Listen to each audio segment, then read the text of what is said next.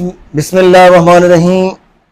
दोस्तों, अक्सर लोग जब रात को घर पहुंचते हैं तो पाँव पे सूजन आ जाती है। उनके पाँव सूज कितने हो जाते हैं, तो लोग सवाल करते हैं, डॉक्टर साहब ये सूजन आ जाती है तो इसका क्या करें, तो हमें क्या वजूहात क्या हैं।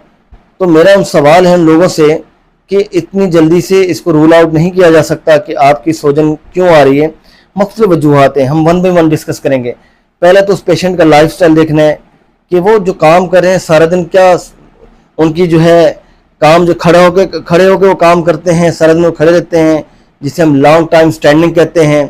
तो उसकी वजह से भी, क्योंकि ज़हर है आपका जो सबसे बॉडी पार्ट जो नीचे है वो पाँव है, ऊपर है सर है, तो ग्रेविटी फोर्स की वजह से पानी का जो बहाव है, फ्लो है, पानी की रिटेंशन है नीचे वाले हिस्से में ज़्यादा होगी।